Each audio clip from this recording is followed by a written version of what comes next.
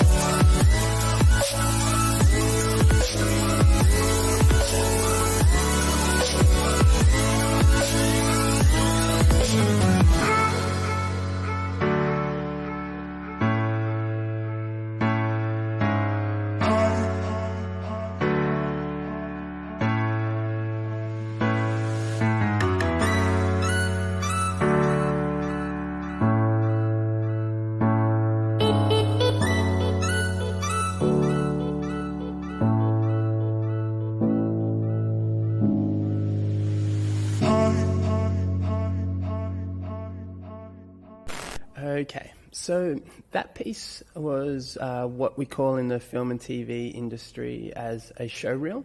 It's essentially a short portfolio of your work that's used to get clients, to use to get contract work. So that was specifically designed to showcase some of the more youth-orientated work that I've done over the last 10 years. It was built for a specific client to try and get a specific piece of work. Moving on, I've written this lecture for third-year design and creative industry students, so I will be moving quite fast through it. So treat this lecture more as a resource that you can download to pause play at your own pace. Okay, let's continue by unpacking what filmmaking is. And let's look at that through the lens of this course, which is critical design thinking. So we're going to get into a little bit of theory. Before we get into that, let's just look at the traditional mechanics of filmmaking. How does it work, and what are the parameters that don't change? After that, we'll look at the new perspective of filmmaking, which is thinking about how does it work as design through systems and through processes. Essentially, this is looking at the meaning that filmmaking creates, or rather the illusion of meaning that filmmaking creates. This is going to help you when you start to design your own 2-minute presentations, video productions, in your own practice. So let's start off by having a look at this video editing software. We're going to look at the traditional mechanics of filmmaking. This is Premiere Pro, and this is just the timeline in which we saw the first few minutes of this lecture. And the reason why I'm showing you this is because these are the things that don't change in filmmaking. These are the traditional mechanics. You have a timeline. This is your timeline. The timeline starts at 0 seconds, right? That never changes, and it moves forward in time, right? So even though you may find films where the plot changes back and forward, it may start at the end and finish at the start of the narrative. Essentially, what doesn't change in that is that we're moving from left to right, forward in time, as you are experiencing that story, that narrative, which we'll refer to as the filmic experience. Another thing that doesn't change in video editing software is that you will always have your video tracks on the top layer, and then you'll have the audio tracks in the bottom layer. Here I've disabled them. If I unmute it, we'll start to hear the sounds. So they're the commonalities that you'll find across all video editing software. Okay, so let's get into some theory. There's a really interesting relationship that occurs in filmmaking between the filmmaker, who's the artist, who is really a team of people, but for now let's call him or her the filmmaker, and the audience, more specifically the viewer. So this relationship between the filmmaker and the viewer is interesting in the way that is really abstract. It's not tangible, but it exists. It's invisible, but it can be felt, and it creates real emotions, although those emotions that are created within you once you watch a film or a clip is an illusion of meaning. And so this is what I find interesting, this relationship between the filmmaker and the way that they design a narrative, and the viewer, the way that they experience the cinematic, the filmic experience. So let's begin by breaking that down. I want to show you a video that talks about Roland Barthes' theory of death of the author. It's a theory that really provokes us into considering whether we are the true authors of the work. Can we ever be the author of the narrative that we design? So let's play this video, and then we can kind of unpack that a little bit and see how we can put that into practice.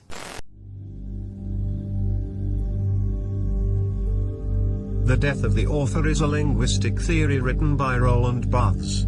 It questions who's the real author of a text. This could be a book, photograph, or anything created that can be read by another person.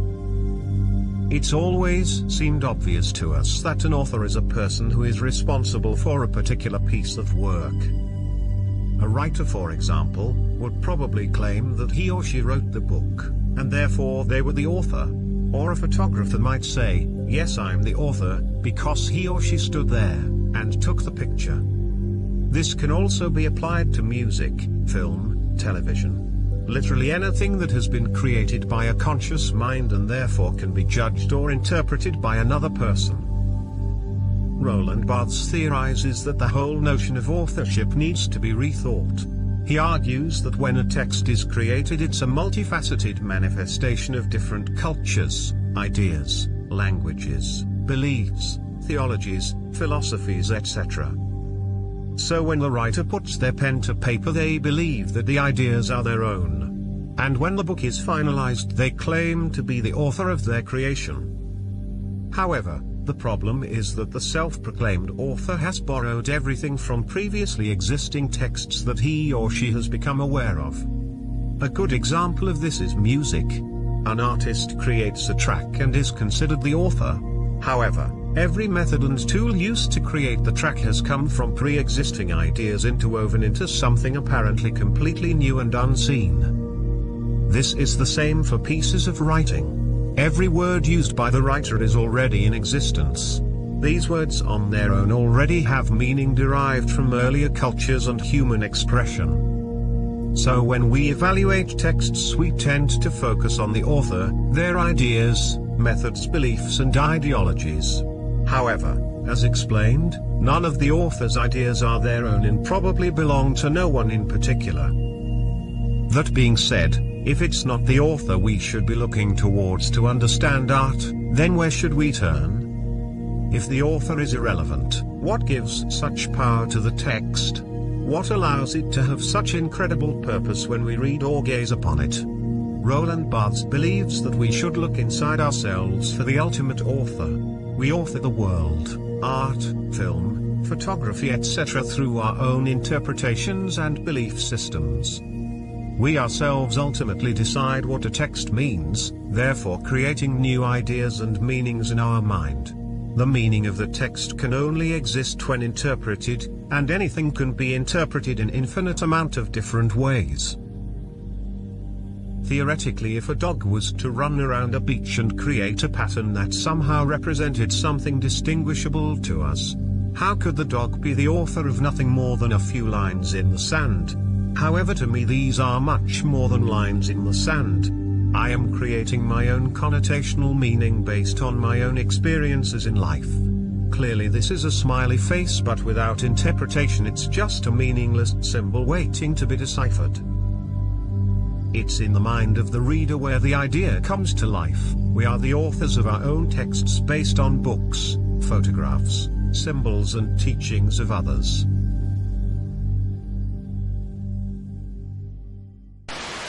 So Barthes makes a really interesting point here, that ultimately the reader or the person experiencing the piece of artwork has a destiny. Their destiny is to emerge from the cocoon, become the butterfly, and become the author of that work. Barthes is inviting us to think about how meaning is produced and how all the design elements come together to allow the viewer to make sense of the world.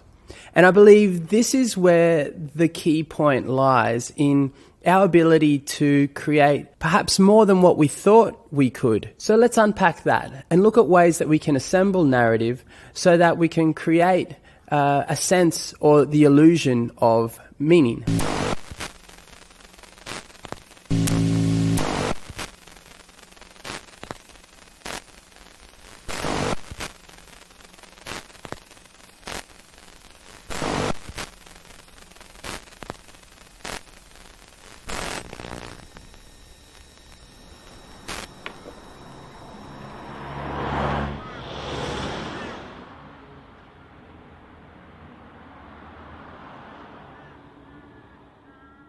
The thing I love about music is it's a release. No matter what's happening in your life, what the situation is, it takes you away. You can be happy, you can be energized, you can just be what you want to be. Okay, so at this point it might be useful just to quickly define what a narrative is. So let's have a look at this piece that we just saw. If we look at the anatomy of a narrative by taking this piece as an example, we've got an establishing bit of text. followed by establishing a character. And if we just look at this image for a moment, the character has signs through which we give our own meaning to. By this I mean the young fella, he's got a skateboard, he's wearing a hat, he's dressed in a particular way, so he is fitting within a particular subculture, you could say. And that subculture will be determined by your life's influences, by the perspective that you have and your worldview. So he, or the filmmaker, has created their own worldview and put their own worldview into the piece, but essentially you're the one who's giving meaning to it.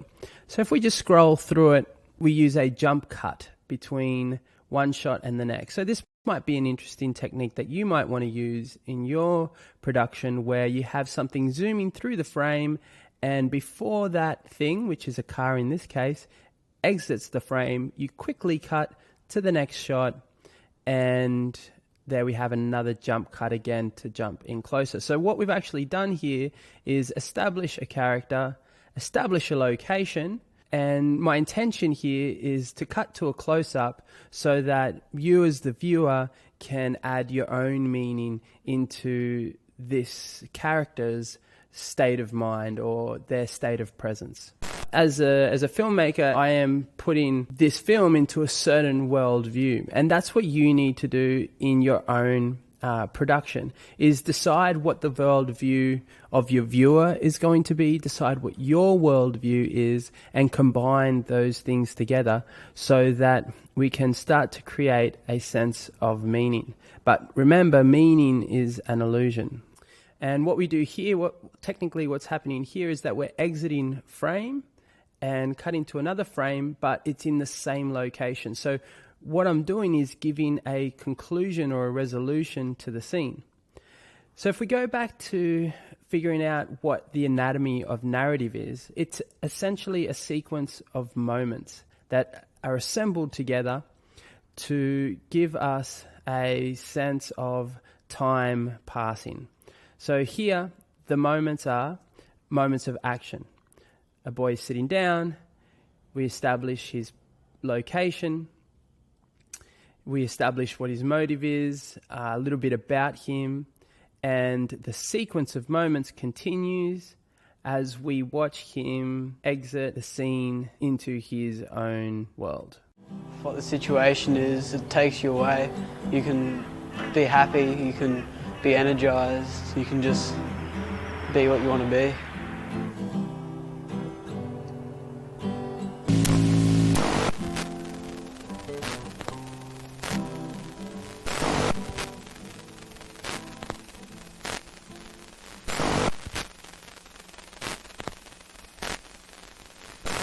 Just on a side note here, I want to make a point about sound and the way that sound and music play a very important part in creating meaning within the narrative. It's a very important part of the anatomy of filmmaking. What I'm going to do is just play this little clip, very short clip, with 3 different sounds just to illustrate that by choosing a different soundtrack, you're designing a feeling, you're designing a sense of presence for the viewer as well as the character. So I just want to urge you to take very seriously the role of sound design in your production. It is just as important as the visuals. So let's play this little exercise here.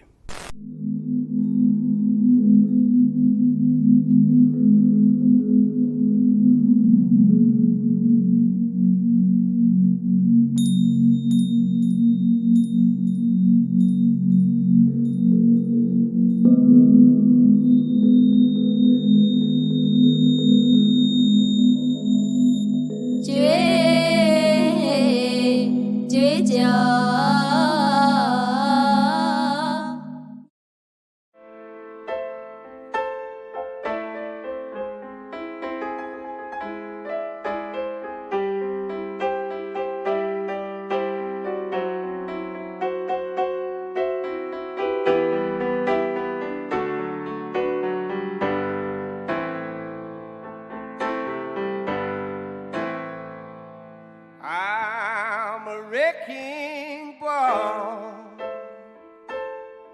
pours the swing.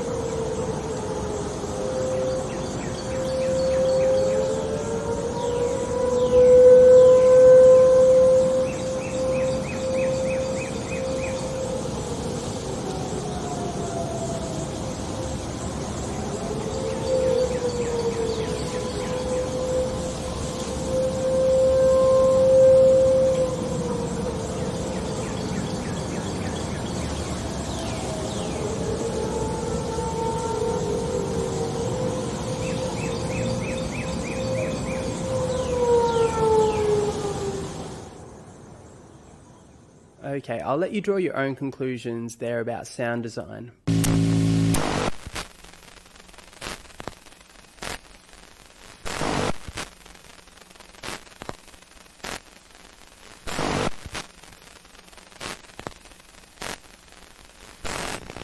Those pictures, those motion pictures, came from a project called Looking Beyond Disasters, where I was working with UNESCO to attend youth forums and capture the stories of young people who had survived natural disasters, and they were there to assemble action plans where they could make their community stronger and more resilient moving forward in the face of natural disasters. The point here is that sound and images and the way that you assemble all your design elements can easily blur the line between propaganda and art. So it's important that you, as a designer, can see through the illusion at a glance. Seeing through the black mirror and critically analysing the artistic intention and how it was designed to elude you.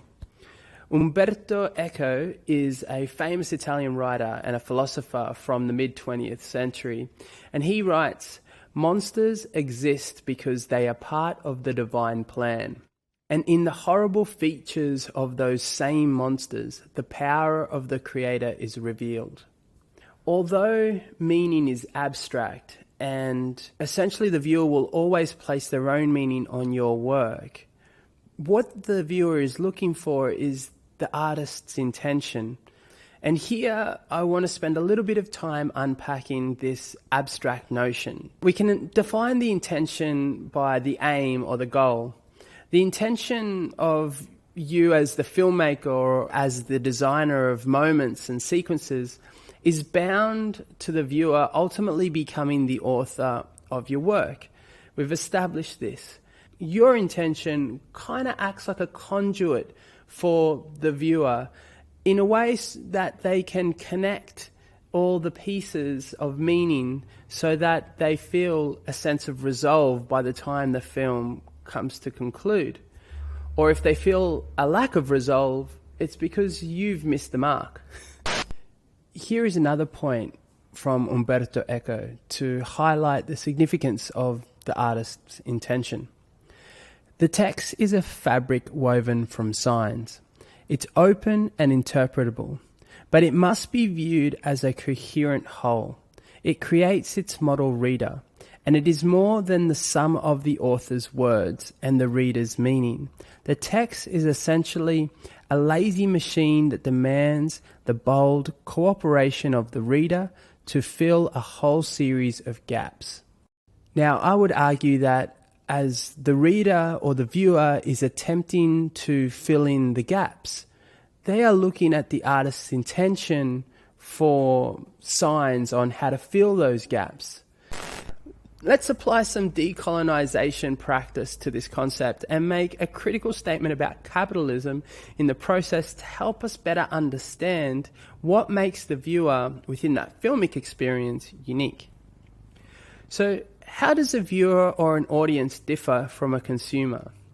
Put simply, you could say that a consumer cares about the design function. unlike an audience member or a viewer who mostly cares about the artistic intention, your intention, as if your intention was designed to speak specifically to them, to the viewer as an individual. So why is this relevant? Well, a good video is not about function. A viewer won't care if it's technically correct.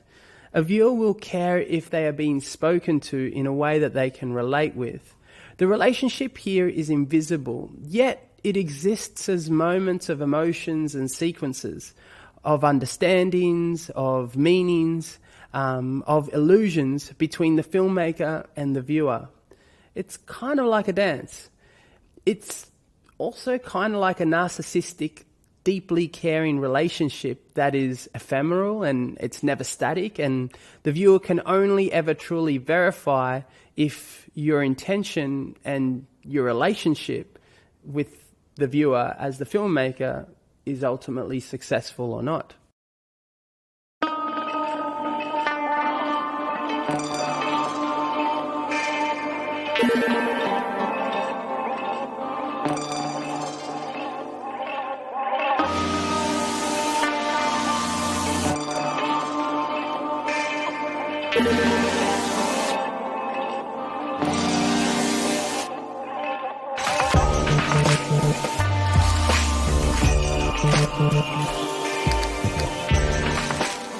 So the Hours Tower Mural project is developed out of a conversation between myself and Danny and James, who are starting the 4217, and I instantly got Jay involved. Like, he's a Gold Coast local and an amazing artist, and I've worked with Jay a few times before. We've painted some walls together and done exhibitions together, and yeah, we're really good friends. The collaboration process sort of took place over some drawings we shared on emails over the last few weeks, and then we kind of came up with a loose concept, and then that concept took a life of its own throughout the process of painting the mural.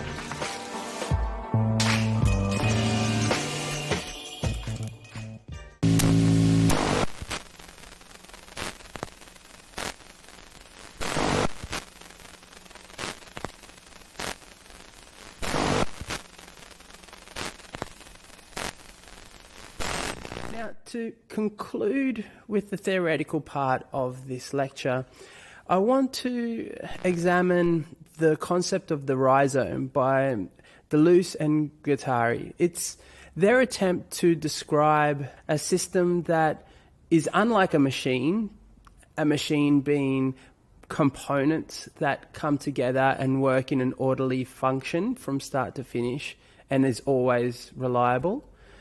Rather, a system is more like an ecology where there is no end, there is no beginning, but there is a feedback loop and it affects one another constantly. And if you take one part of that system out, the system will still function, but at some point, if you take too many parts out of it, the system will collapse.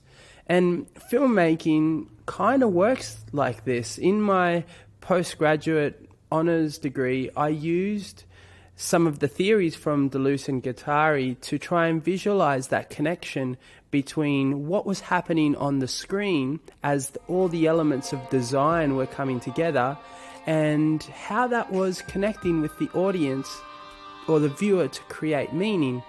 I pictured lines of flight, or at least I borrowed this from Deleuze and Guattari. They speak of the rhizome and they speak of lines of flight. And at some point in that system, in that mess of so many different things like color and style and sound and light and music, emotion, culture, identity, how all of these design elements come together, at some point does all of those things come together to invoke meaning. So let's watch this video, and I hope that kind of makes a little bit of sense. The rhizome is a concept developed by Deleuze and Guattari that can be defined as an A-centered multiplicity. Wait, what? What does that mean?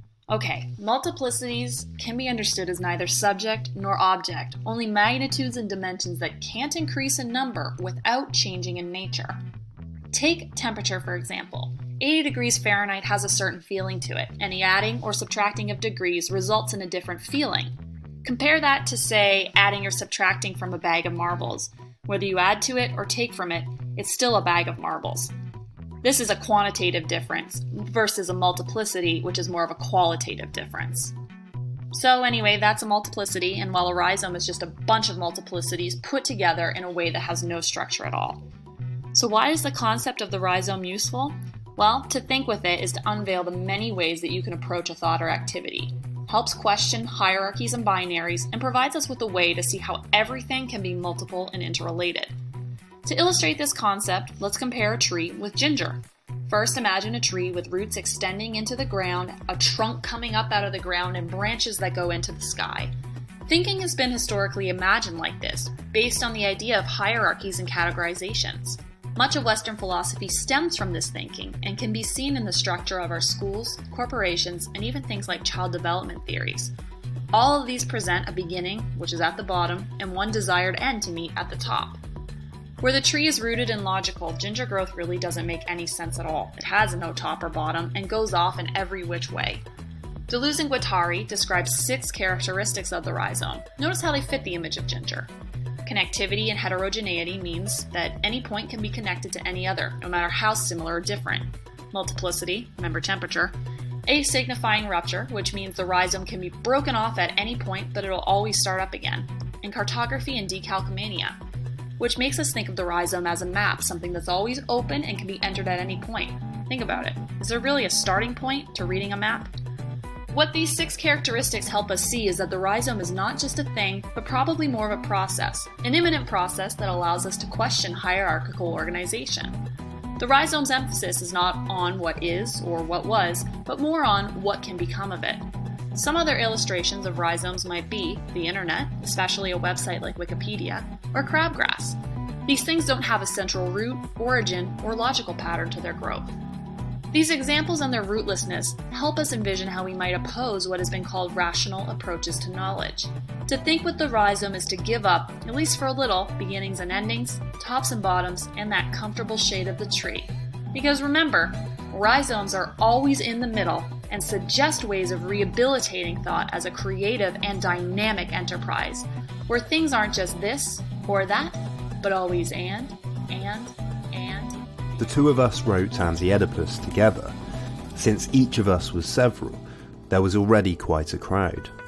The rhizome might be thought of as the central metaphor of 1,000 plateaus, although the term central is already problematic.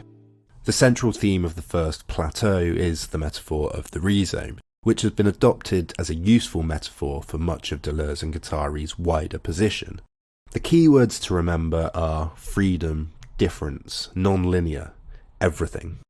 In botany, a rhizome is not just a root, but a mass of underground plant stems that can shoot off roots in new directions. Throughout the first plateau, Deleuze and Guattari define the rhizome loosely apropos the following. 1 and 2. Any point of the rhizome can be connected to any other. It is not the root of one plant. It is non-hierarchical. A rhizome connects assemblages of linguistic codes, micro-political struggles, power relations, biology, art. The hyperlink is a rhizome. There is no order to the internet unless Google imposes order upon it.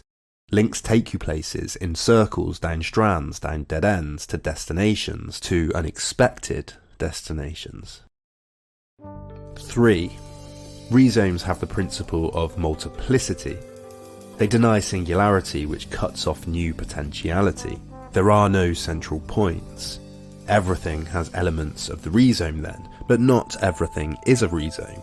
The wheel is not, it goes round, it has a central point. Parliaments, senates are not, they have a structure, but people walking around parliaments and senates might do rhizomatically. Ants are not rhizomes, they have a biology. Ant nests are. Ant trails are. 4. Rhizomes have the principle of asignifying rupture. In other words, destroying a single point means the rhizome will start up again on one of its old lines, or on new lines. A road diversion sends new shoots of traffic to join the old. The wasp pollinating the orchid form part of a rhizome, but take one out and the other will find a replacement. 5 and 6. the principle of cartography and decalcomania. Decalcomania, definition, the process of transferring a design onto glass or porcelain. The rhizome has no archetypal structure, no master plan. It does make a map. We can map the rhizome. But is this a methodology, an ideology, an epistemology, a metaphor? It's all four and more. Ideologically, though, it is inherently progressive. Traditions are structural, hierarchical, present themselves as static. As a metaphor, the rhizome can replace our conception of history as being linear and singular, moving forward or upward. Different histories move at different speeds, sometimes progressing in some way, sometimes perishing. According to Deleuze, a great writer is always like a foreigner in the language in which he expresses himself, even if this is his native tongue. He does not mix another language with his own language. He carves out a non-pre-existent foreign language within his own language. He makes the language itself scream, stammer, or murmur. We take rules and experiment so as to find new ways of living. Our thought should shoot off rhizomatically in different directions. Jazz is a rhizome. Sal describes the jazz band playing. They writhed and twisted and blew. Every now and then a clear harmonic cry gave new suggestions of a tune that would someday be the only tune in the world and would raise men's souls to joy. They found it, they lost it, they wrestled for it, they found it again, they laughed, they moaned, and Dean sweated at the table, and I told them to go, go, go. I have a cold. The virus is a rhizome. Okay, there you go. You've been exposed to Deleuze and Guattari, contemporary French philosophy, although not so contemporary, still pretty contemporary. Anyway, that's contentious.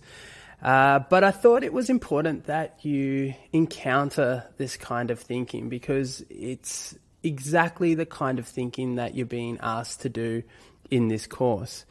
And the way that you approach your final project. Now, when it comes to making a video, like a 2-minute presentation, something that's simple, where this relates is that all your design elements coming together to make meaning is the progressive part of filmmaking. And what's interesting is that filmmaking still is a kind of dualist art form in the sense that it has technical parameters that are traditional. In the way that we saw in that last video, traditional is a way to describe that filmmaking functions from left to right. It has mechanical parts. The camera must function from start to finish in a hierarchy. But when it comes to creating meaning, that's when filmmaking becomes progressive.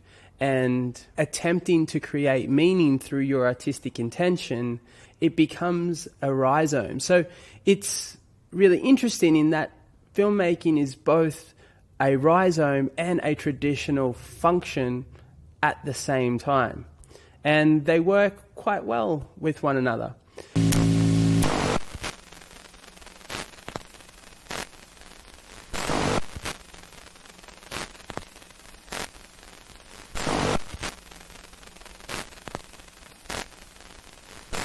Now, there is an exception in virtual reality and using 360 video to make movies where you're not bound by the 2D screen and you're not bound by being focused in a specific way, although it can be argued that sound can still help you to focus. But inside virtual reality, perhaps filmmaking will transcend the traditional and into the rhizome as a pure form. Now, I want to move on to talking about how to create a 2-minute presentation with some real practical fundamentals that can help you stand out or help you create some impact. Let's start with cameras. Use anything you can get your hands on, your phone, your tablet, DSLR, video camera. It doesn't really matter. If you can connect a microphone to this camera, then that's best. If not, try and use a device like a portable audio recorder, your phone, to also capture sound. Then sound mix these audio layers with the footage you've captured using video editing software, and stack the layers of sound on top of one another to start creating an atmosphere. So, capturing original footage. Like I said, it doesn't really matter what video camera device you use, as long as you keep some fundamentals in the back of your mind. Cameras love light, and cheap cameras hate shadows. Make sure that you are capturing footage with plenty of light in the shot, next to a window or in daylight, with a lamp close by. If you want to shoot with shadows for a dramatic effect, choose where those shadows fall on screen, and be sure that it won't be distracting for the viewer. If you want to shoot a silhouette, make sure that the light source is behind your subject. Otherwise, the light source should be around 60 to 70 degree angle to your subject, but not directly in front of them. That will create a flat lighting look. It won't give much dimension to your subject. Capture each clip to run about 10 seconds or more so that you have room to trim and edit the clip on the timeline. The clip on the timeline shouldn't run for any more than 4 to 6 seconds for a punchy 2-minute video. Now that's really important to remember. If you are going to have your clip run for longer than 4 to 6 seconds, be really specific to why. If you have a tripod, it's best to use it unless you want to give the motion picture a specific handheld feel and effect. This will create a sense of tension or lo-fi. Adjust the camera so that the horizon line is level unless you're intentionally making it obscure. Think about the dynamic composition in the frame and how a person or people or a subject are positioned within the frame and what emotional effect that creates for the viewer. A cluttered frame may help you to create a sense of tension, although it can also be distracting. An open frame with lots of space can help you to create a sense of wonder, a sense of freedom, but it can also be a little bit boring unless it's composed really nicely. Shoot lots of close-ups. Generally speaking, close-ups can help the viewer focus, while wide shots can be distracting if they're not properly composed. Last tip, if it looks good, it is good. Trust your instincts.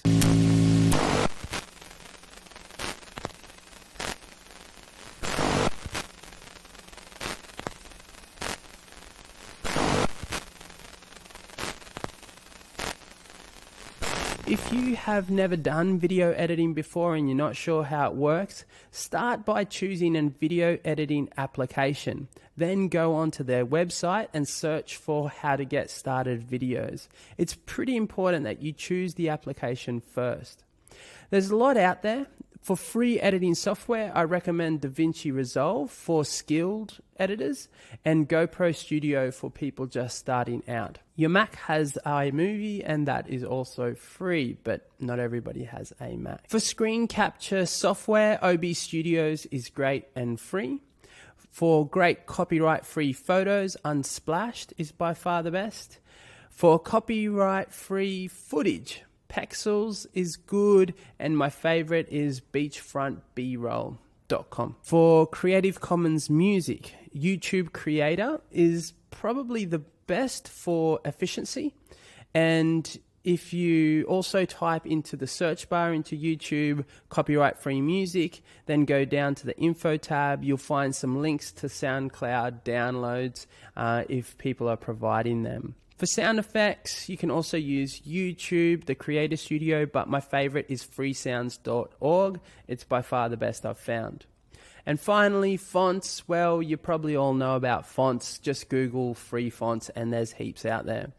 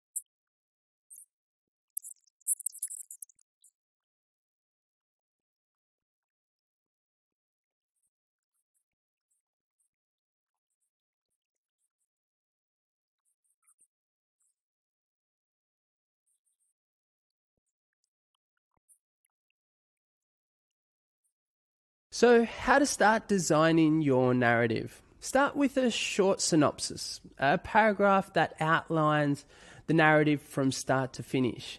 Then try and identify where the conflict and resolutions lie. A well-designed narrative should also be dynamic, and it should have ebbs and flows. It should have moments where the audience is allowed to breathe and reflect and think about what they've just heard. A good 5 to 6 seconds of audio without voice, or even 10 seconds, will be enough. A couple of those throughout a 2-minute video would be perfect. Your story will need a catalyst, and you will need to highlight this catalyst at some point in the 2-minute video. In your case, the catalyst may be the idea or the project, the opportunity to challenge the wicked problem. After the catalyst, around the midpoint of your story, around the 1-minute mark, you're going to let the viewer know what kind of action they can take, what kind of action is being taken.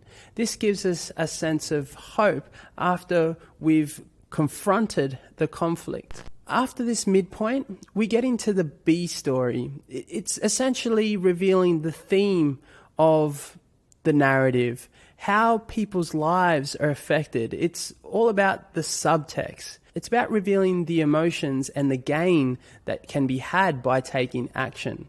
And finally, you need to resolve the conflict. The conflict doesn't need to be fixed, as in the wicked problem doesn't need to be fixed. We just need a way to channel our energy. And if you can call people to action, or if you can describe how your team is taking action and people can participate, then you're channeling their energy. The viewer finds a way to resolve all the emotions and the information that they've gained through your narrative.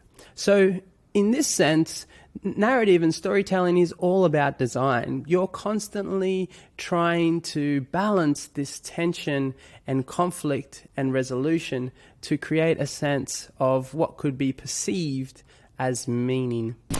When designing your narrative, it's also really nice to finish on a musical ending. So I suggest that you find the end part of a soundtrack, chop it about 30 seconds before the end, and try and mix the midpoint and the ending together so that your video sounds natural in the way that it ends.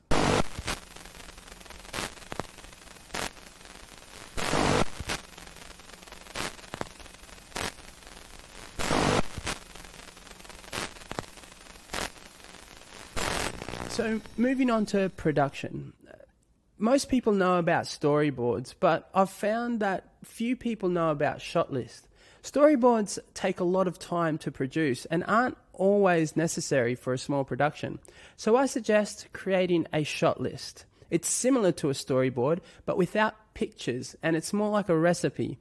Follow all the steps closely, improvise when you need, and you'll end up with a good-looking video. The purpose of a shot list is to help you manage and schedule the project. The first draft of the shot list should detail all the shots you need for the video from start to finish. The second draft breaks down the shot list into 3 columns: scene number, shots, and audio. Then you can look at your list and ask, how can we do this most effectively, and how can we shoot this most efficiently? Generally speaking, it doesn't make sense to shoot in chronological order, especially if you have multiple locations. It makes more sense to draw up a schedule based on the locations of your shot list. After you have captured your footage or sourced from the internet what you need, you can use the draft of the shot list as a script to help you edit your video and follow it like a recipe. Delegating clear defined roles for your team is very important. Here is a list of roles that you might like to consider. A production manager to coordinate and schedule the crew, the talent and the locations. The crew are the people behind the lens and the talent are the people in front of the lens. A camera operator to coordinate the video and sound equipment. If shooting longer than an hour, think about memory cards, think about battery life, and ask how long does each shot really need to go for. You'll need an art director, somebody responsible for the overall aesthetics and direction of the project. You'll need a video editor, somebody responsible for assembling the narrative in collaboration with the team. It's also important for the video editor to coordinate with the camera operator before filming begins to test that the camera's format or the footage and its format is supported by the video editing software. A sound designer is also really important. Somebody solely responsible for assembling all the audio files that you need before editing begins. It's a good idea to put these in one place in a folder that you can give to the editor before they start editing. You should consider all these roles carefully. If your team is not capturing any original footage and you're using still images or graphics, these production roles are still key for a good video production outcome and good for collaboration.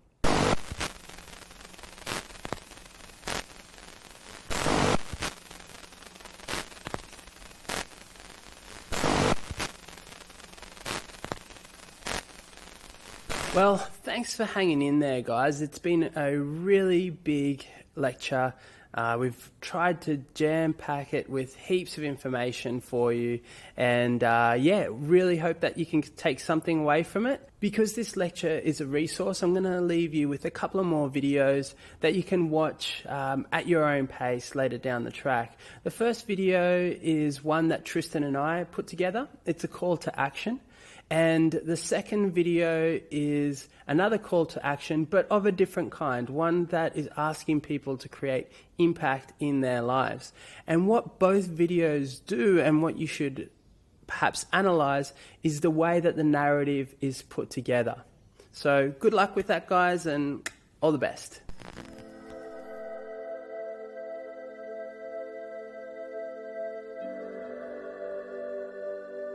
Hey, my brothers. Which way, my sisters? Come be a part of the Futures Forum, our 50-year vision. It's a 50-year vision for reshaping the culture, Bloyumi business. Being held in 5 key locations across the nation in 2019.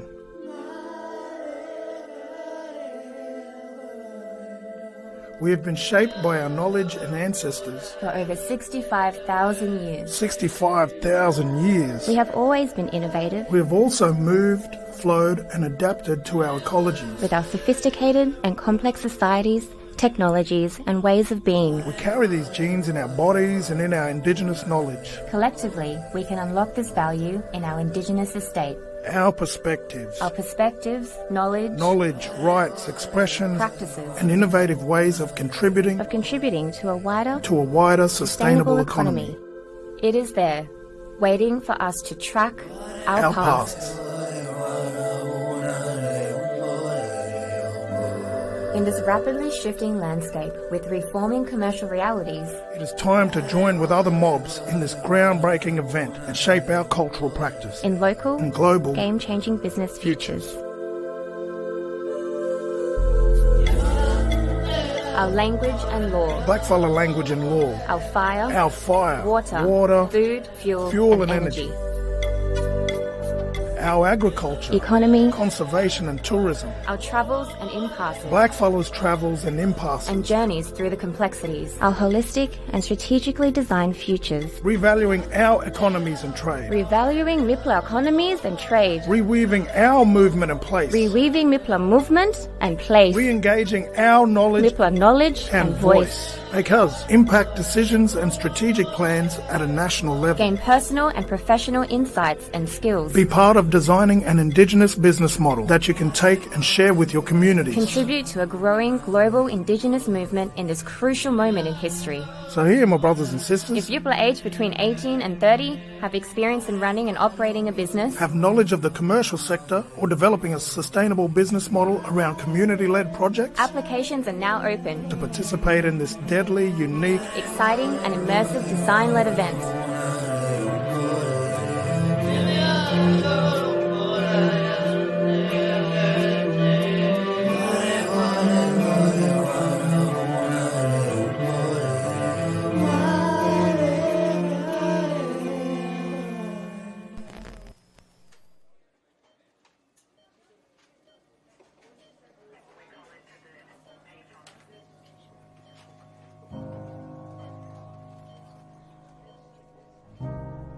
When we're laying on our deathbed, you're not going to worry about how much money you had, how much power you had, how much prestige. You're going to see that that was all game, that was all an illusion. The only thing that's going to matter is the impact you had on other people's lives. We are all on a separate journey. But the beautiful thing about our life here on this earth is at my funeral, they ain't going to talk about my success. They're going to talk about who Nick was and how Nick lived and how Nick loved and encouraged. Success is incredibly important, but even more important than success, it's having an impact. It's knowing you haven't walked the planet in vain. It's knowing that because you've been here, you've blessed lives, you've developed people, and you have made the world a better place. The effect you have on others is the most valuable currency there is. Everything you gain in life will rot and fall apart, and all that will be left of you is what was in your heart.